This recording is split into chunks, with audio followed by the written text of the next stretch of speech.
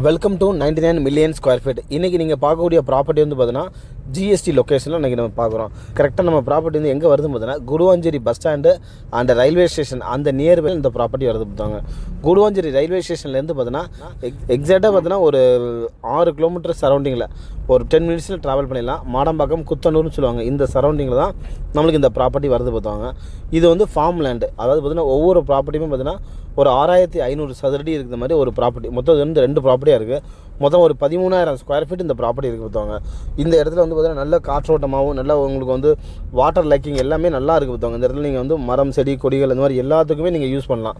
ஆக்சுவலாக நீங்கள் வந்து ஈசிஆர்லையோ இல்லை ஓஎம்ஆர்லையோ இல்லை இங்கே செங்கல்பட்டு தாண்டியோ போய்ட்டு ஒரு லோ பட்ஜெட்டில் ஒரு ப்ராப்பர்ட்டி பார்த்து ஒரு ஃபார்ம் லேண்டு பார்க்குறது.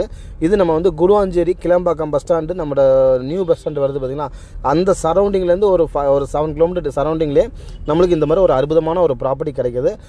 இதை பற்றி டீட்டெயில் வேணால் கீழே ஒரு நம்பர் கால் பண்ணுங்கள். தேங்க்யூ.